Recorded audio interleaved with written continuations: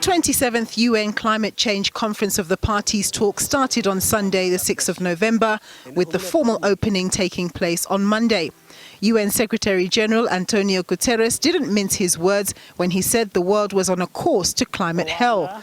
That's because carbon emissions are rising, not declining. UNEP published a report just a couple of days ago saying very clearly that there is no clear plan to cap global warming in and around 1.5 degrees. This is because coal usage for energy has increased. China has increased its number of coal-powered plants, India as well. Germany obviously restarting some power plants following the Russian invasion of Ukraine. This week saw President Ramaphosa present South Africa's Just Energy Transition Partnership Investment Plan to the world. It's an $8.5 billion deal funded by the United States, Germany, France, the UK and the EU. The funding is set to go towards electricity infrastructure through the use of renewable energy, the establishment of an electric car manufacturing base and new green hydrogen projects.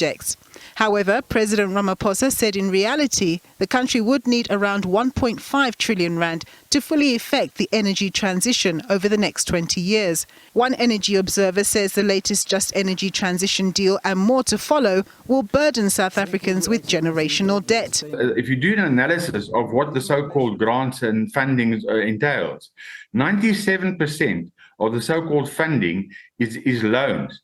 And you and I know that you don't need to be a genius to work out that the 3% donation is probably built into the interest rate on the 97% loans. So there's no free lunch in this game. And the fact of the matter is it will take at least 10 years to put 10 gigawatts or more of power into the grid, renewable energy. Private sector players have welcomed the new deal, saying that this will help to incentivize the private sector to also invest in reducing the country's carbon footprint. And note that work has already begun to invest in areas like renewable energy. What we're seeing now is a really big acceleration around corporates and big corporate clients and manufacturing clients, mines, all looking to go off-grid.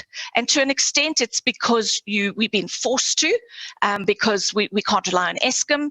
But at the same time, it's having the impact of reducing emissions. Some argue that it makes little sense to rush to an energy transition when battery technology, which is needed to back up renewable energy, has yet to mature as an industry. If you want to do a just transition, you need to do it properly over time.